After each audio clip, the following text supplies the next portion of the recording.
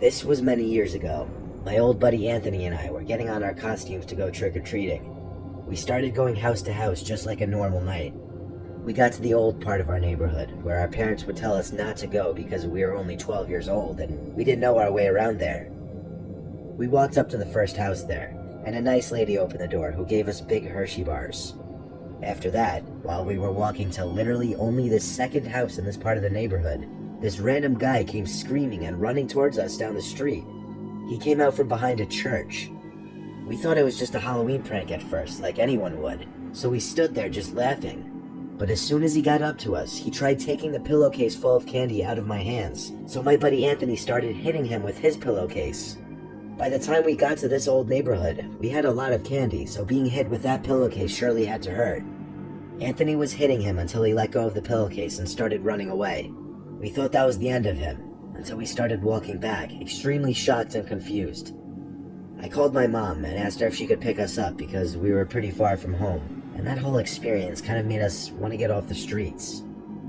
As soon as she got to our location, we explained what happened, and she almost didn't believe us. That's how ridiculous it sounded. We got home around 10 p.m., and shortly after that, there was a knock at the front door. My dad figured it was just a late-night trick-or-treater, so we went to answer the door, and standing there was a man in a jumpsuit with a Michael Myers mask. My dad was confused because he was wondering what he was doing out alone trick-or-treating, and based on his height and build, he looked like an older man, not a kid or a teenager.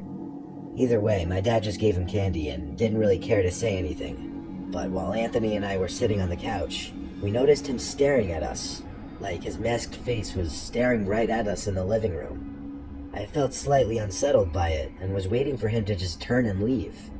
My dad ended up shutting the door in his face when he wouldn't walk away. So fast forward to like 1 in the morning. We were about to go to bed, but on our way upstairs, we heard a knock at the door. There was no way I was opening the door at that hour, and I knew this couldn't be anything good this late. So I went to tell my dad there was a knock at the door, and he said just ignore it.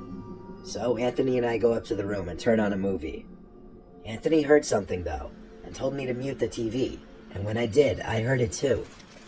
It was the sound of leaves crackling in the backyard. I looked in the backyard, and I saw that man in the Michael Myers costume swinging on the swing set in our yard, staring into my bedroom window.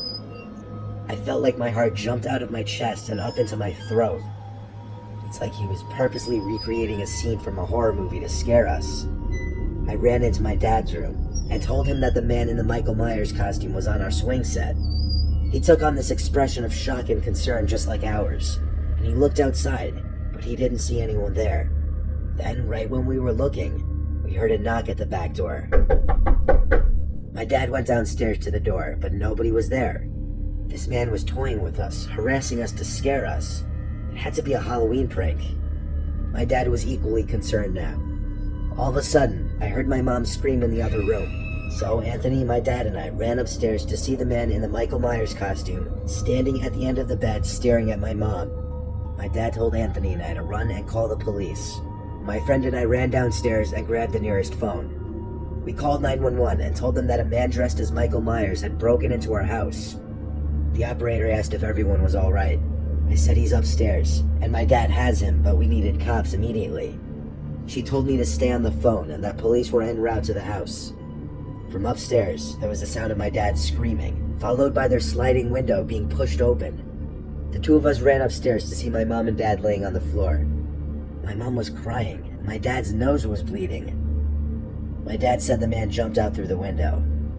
When the police arrived, Anthony, my dad, and I told them everything we could. They did a sweep of the property inside and out, which took about 20 minutes, and the premises was clear. I think that might have been my last year trick-or-treating, and for good reason. I still wonder if the man that tried to take my candy was the man wearing the Michael Myers costume, and I deeply regret leaving that part out of the story we gave to the police.